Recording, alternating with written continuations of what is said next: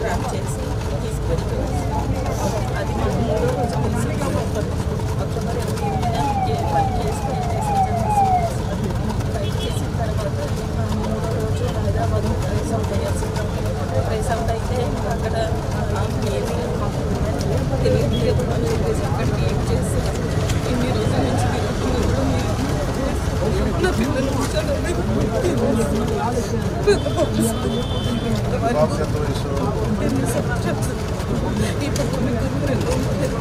Sir. ఇప్పుడు వారికి కూడా నేను చెప్పుకోలేదు సార్. హాస్పిటల్లో చదువుకుంటామని చెప్పలేదు సార్.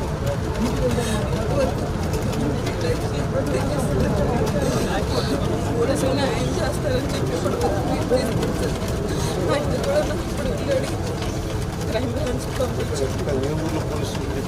ఇక్కడ Machavaram PS sir, Vijayawada Machavaram PS sir. చూస్తాం అని అన్నారు. వాళ్ళు మీకు ఫోన్ చేయాలి, ఫోన్ చేస్తే కానీ మేమేం చేయలేమని చెప్పారు సార్. ఎఫ్ఐఆర్ పెట్టాను సార్. నమస్కారం సార్. నా దగ్గరికి శివకుమారి గారు అని చెప్పి జార్జ్ ఇన్స్టిట్యూట్లో గ్లోబల్ హెల్త్ ప్రైవేట్ కంపెనీలో పనిచేస్తున్నారు. వాళ్ళు మన అమ్మాయిని ఒక 8 months బ్యాక్ కిడ్నాప్ చేశారని ఒక కేసు వచ్చింది సార్. వాళ్ళ అమ్మాయిని అది 8 months మనకి ఎఫ్ఐఆర్ కూడా ఉంది సార్. ఒకసారి మీరు చూసి కొంచెం ఒకసారి అప్డేట్ ఇవ్వండి సార్. మీరు సార్ రిక్వెస్ట్ సార్ పంపిస్తాను సార్. మన కేకే గారిని పంపిస్తాను సార్. ఆవిడ పంపిస్తాను సార్. చూడండి సార్.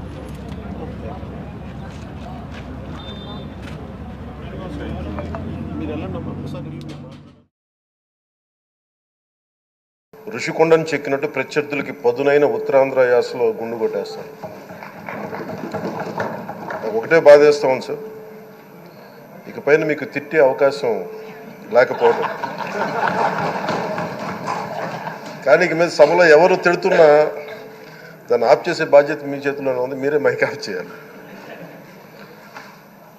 అంటే మా చిన్నప్పుడు నేను చూసేవాడు, ఒకసారి అల్లరి చేసే అబ్బాయిని క్లాస్ లీడర్ చేసేవాడు చిన్నప్పుడు మా స్కూల్లో.